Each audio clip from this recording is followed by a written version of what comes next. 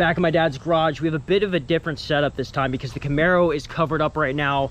That's on the back burner. We just released a video on that. If you guys haven't seen that one, check it out. It's right up here. Going over all the details of the 68 Camaro, and even touching base on the 83 Firebird Trans Am. But over here, this one's always talked about, the 1500 GMC over here, modification plans, stuff like that. It's my dad's truck, and I never really had any thoughts where I was like, hey, I'm gonna modify this or do something with it. So first modification to the 1500. This one is a little bit weird, but you know, aux beam coming out, hooking us up. It's just a simple mod to get us started here. Maybe this motivated for a build.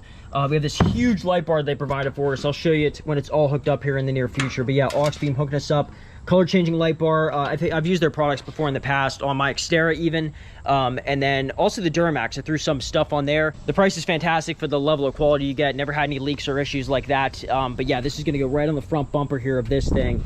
And I think it's gonna look sweet. We also have one for the rear bumper we're gonna put on for some reverse lights. The 1500 build, sort of underway. We were smart enough to get the curved light bar here. The only problem is, for whatever reason on these GMCs, it's a pretty wicked curve. With the mounts, it almost looks like it's gonna line up here. I'll try and give you guys the good representation of how it's gonna look. So it's not gonna quite make it. So the other option is, well, we have two. We could go at the bottom here, but then we'd interfere with our tow hook. So that would definitely be stupid. I hate to put it on the top, but we have this visor here, which we aren't thinking about keeping, but you know, it might serve its purpose here because then we don't have to drill into the roof. It could drill right in here. We have easy access underneath to mount the nuts real tight here at the bottom, and then we'll figure out a way to mount the wire. Doing YouTube every day is definitely a blessing, but I'll tell you what, it is tough coming up with content every single day, especially whenever you only own one reliable truck. I still own the F-150, but it's like, what do you really do with that for now? Maybe wintertime, that could be more of a progressive build, but with this, it's tough to come up with content every day. So I'm sort of stumped for use for a video. With the hurricane coming up this Thursday, Hurricane Ida is supposed to come through here, and even though we're way out of its path to eventually hit, we're projected to get 6 to 10 inches of rain, which would just be damaging here, especially with the Susquehanna River. So maybe we'll be able to dispatch this truck out like a rescue vehicle. It looks like one, so we have the color right, and rescue some people from the floodwaters. At least tow some cars out. I don't know. Hopefully nothing bad happens to everyone around here and everyone's safe, but it will make for great content if we have to use this truck. Back to the content, we're headed out to Fort Indiantown Gap. It is the place that I was stationed at. I don't really know what you call it for National Guard. A lot of people don't know what I did before YouTube. Obviously National Guard, you can go full-time, and people who do think I served probably thought it was active duty, and this might take a swipe at them, but I had a great time doing National Guard. It seems to get some flack now. The only negative memories I have of it are like just, oh, you had to work out and do dumb stuff like that, and the ruck marches, which weren't that much fun. But you know what, it disciplined me. It kicked my butt out of high school because I definitely needed it. I think back to myself in high school, and it's just like, man, I was an oddball kid. I'm sure my parents were a little disappointed in me. I mean, maybe they supported me in all my oddballness, but yeah, I was a weirdo. So the Army definitely helped me on that path where it's like, hey, you got to toughen up here and fight for yourself in life. It's not just all going to come to you on a silver platter. A lot of people, they'll come and be like, hey man, I'm joining the military, I'm doing this and that. Isn't this a great idea? And they'll expect me to be like, hell yeah, man, this is great. It's only a good idea if you need it. If you need the military in your life, it's gonna help you out a lot. It's not for everyone, and I know you've heard that all the time. It's a cliche saying. You got to really think about it if you're gonna join, because so many times have I seen it. I mean, I did it. I didn't serve until retirement. I got out after I thought it was fit, and I don't regret it. It was great. So you have to really think if you want this or not. This is sort of bad. This is turning into like a recruiting commercial, and even more so now because I just remembered that we became friends with Staff Sergeant Nolan. I'll put his Instagram right here. So if you guys are interested in joining the Pennsylvania National Guard, make sure you hit him up. He's on Instagram. I don't know any other ways to contact him. I'm sure he has emails and stuff listed there. But yeah, if you want to join the military, join the PA National Guard, that's the route to go. There's two ways you can go. You can go the route that I went, which I think is the redeeming quality, which was 19 Delta Cavalry Scout is what the MOS was called.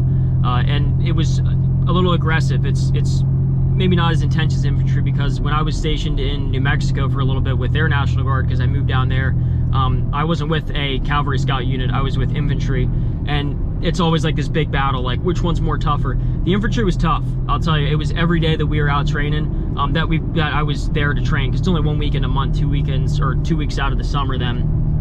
It was tough, man. We were out in the field, in the dirt, sleeping on the dirt, like you didn't get any tents.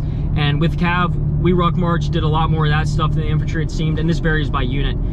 But it just seemed like the infantry was a lot more let's make this suck as much as possible. And the Cav Scouts was, let's make this suck, but we're gonna definitely try to learn. And the infantry had some good classes too, but that's why our AIT was, we didn't even go to AIT. It's called OSUT, One Station Unit Training, I think is what the meaning of that is. But anyway, we are at the Gap, Fort Indiantown Gap. We have one of the biggest National Guard airfields in the country over here. I remember the barracks right over here. There's a building, I don't even know if it exists anymore. Right before I went down to Fort Benning, Georgia, that's where I went to OSUT training or basic training. And I just remember showing up there at like 4:30 in the morning, scared out of my mind. Not a good time before basic training. It's just your mindset, at least with me, I was like, man, what the hell did I do? But there's a ton of vehicles over here. We got the MRAPs. I remember whenever those were like the big new thing, and now I see these are sitting with some rust on them. But yeah, so much equipment here at the Gap. Tons of the old Humvees back here, Deuce and a Half, and just the trailers. At this is the base that I trained at the most, aside from the one in New Mexico. The one I was in New Mexico, we would always, for the most part, bus over to Kirtland Air Force Base and do a bunch of training out there. But this National Guard base is very impressive. I don't think it's the biggest one in the country. I think the biggest is in Texas, I'm pretty sure. They got the HEMETs, that's all the, this is like the repair shop for the motor pool. We're passing the Aviation Brigade. This is the building, it's on the right there. Man, it's just like the Connexes and all that stuff back there. I don't even know if that's where my unit would meet anymore. Because I think that we're actually, after I got out, we were transferred to, or we were turned into like a light, I'm not kidding you, it was a light amphibious infantry unit where they would go down to like the local YMCA with Zodiacs and put them in the pool and train. So we went from the government spending hundreds of thousands, probably easily millions of dollars to transport Bradleys out here and train our guys, and then converting us into a amphibious infantry unit for the National Guard. We'll do a lot of cool stuff if you pick the right MOS, but holy smokes, what a colossal waste of money. This is gonna be a little bit cringy, but I don't have very many pictures of myself when I was in the military. The only thing I have, and this is even more weird, is Snapchat was like just becoming a thing whenever I joined. So it was a big thing to like post on stories on Snapchat. It still is nowadays, but the stories would go away. I wouldn't save them because I'm like, I don't want to save this. I hate the military. Like, I didn't hate it, but you know what I mean? You're not too hip on the military sometimes while you're in it, especially out in the field. So I didn't save a lot of the pictures that I should have. This is what I'm talking about. You can just come right down here and you see these helicopters doing hover training and touch and goes, all that crazy stuff. All sorts of stuff here. They got Apaches in the airstrip, Blackhawks, and the Chinooks. The only thing I really have, and I have a few more things, but the only thing I can think of offhand that I can actually show you is this super cringy, I forget what it was even made on, where you could edit it on your iPhone back then. I had like an iPhone 4, of just this quick like synopsis of what it was whenever I was in the military. So here it is, a very quick and short summary of my time in the Army.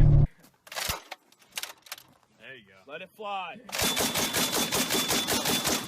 Keep going.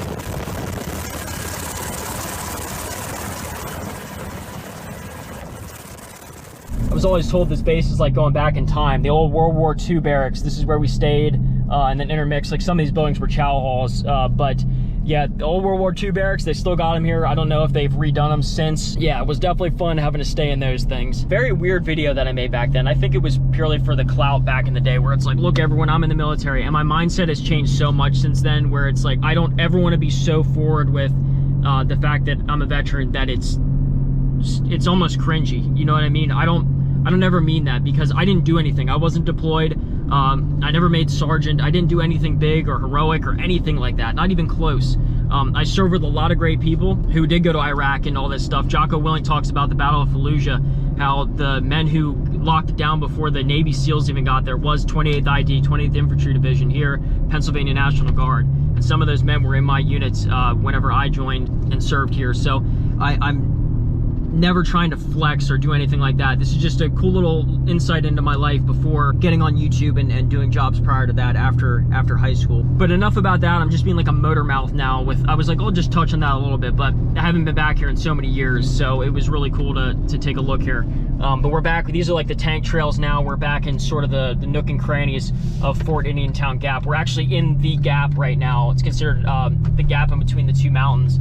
I'm assuming I'm still allowed to use all these roads because this is the route that we would take to shoot all of our old Top Gear videos, Top Gear style videos. Yep, tank trail right there on the right. I'm sure range control will be out here any second to yell at us, but yep, we're going up to Hawks Watch Mountain. We utilize this mountain so much, I don't know why we picked a government military base to do this stuff. I know up this road, I'm probably not allowed to say what's up there, even film it, but I don't know what my rights are back here. I honestly do not know. Up there, we used to do land navigation, all sorts of stuff in the woods down here. But this is, if you can believe it, the starting line right here, this crack in the road. And then we'd have our cameras set up over here by the 54 next to the pole. This is where we would sit, and the starting line for our races for Top Gear. We would have radios out here, and we were only 18 years old, 17, 18 years old.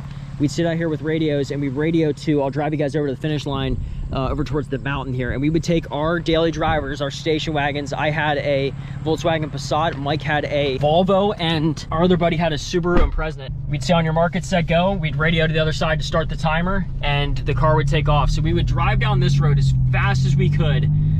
Super dangerous, but we had a lot of fun doing it. Funny enough, our one buddy had a, he was older than us, but he had a GT Mustang. It was like an 03 or an 02 or something like that.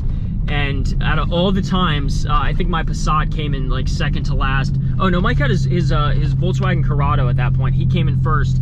I came in like second to last with my station wagon Passat, but I beat the Mustang somehow. I think that since it was more of an expensive car and he was a little bit older and more mature, he didn't push the vehicle that much.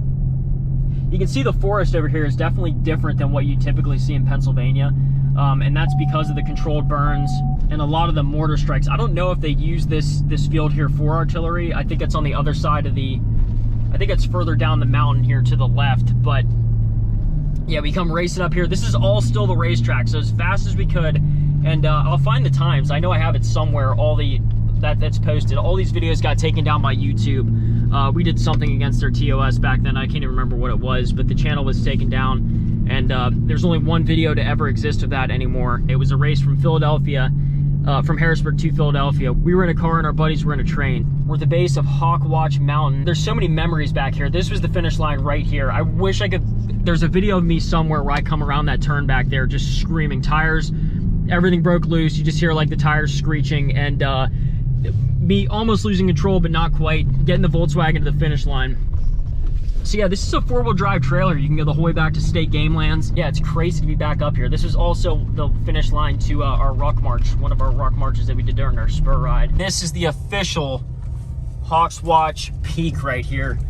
You can see out, that is the gap, that's considered the gap. So Fort Indiantown Gap right there in between the two mountains, and just a beautiful overlook back here. We would come up here.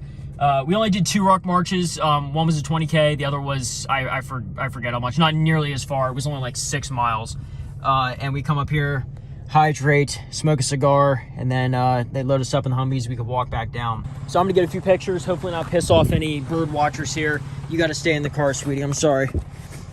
Then we're gonna go home and prepare for Hurricane Ida. So guys, I hope you guys enjoyed this video. Thank you guys so much for all the support lately. It's been insane, especially with the ZR2. I made an announcement on Instagram that we are going big on this build. I'm done screwing around. It's just been stalled out now for so long, and now that I'm getting new bumpers, I'm so motivated to take this thing to the next level. So we're going 35s, potentially 37s. That's confirmed. We're in talks with Pro Comp and see what they can hook us up with here with some rubber, and just get this thing nice and beefed up. And I'd hate to get rid of the DSSB Multimatic shocks, but it may have to be on the chopping block here to really just take this build to the next level, get some Fox shocks with the new reservoirs, and just trick this thing out. I'm gonna offend some people here, probably a lot of the viewers. This is probably one of the coolest ZR2s on the internet, so let's just seal the deal here and actually make it guaranteed one of the coolest trucks, one of the coolest ZR2s that you're gonna find on YouTube. Thank you guys so much for watching. Say Hawk in the comments if you made it this far in the video, and I'll see you guys next time.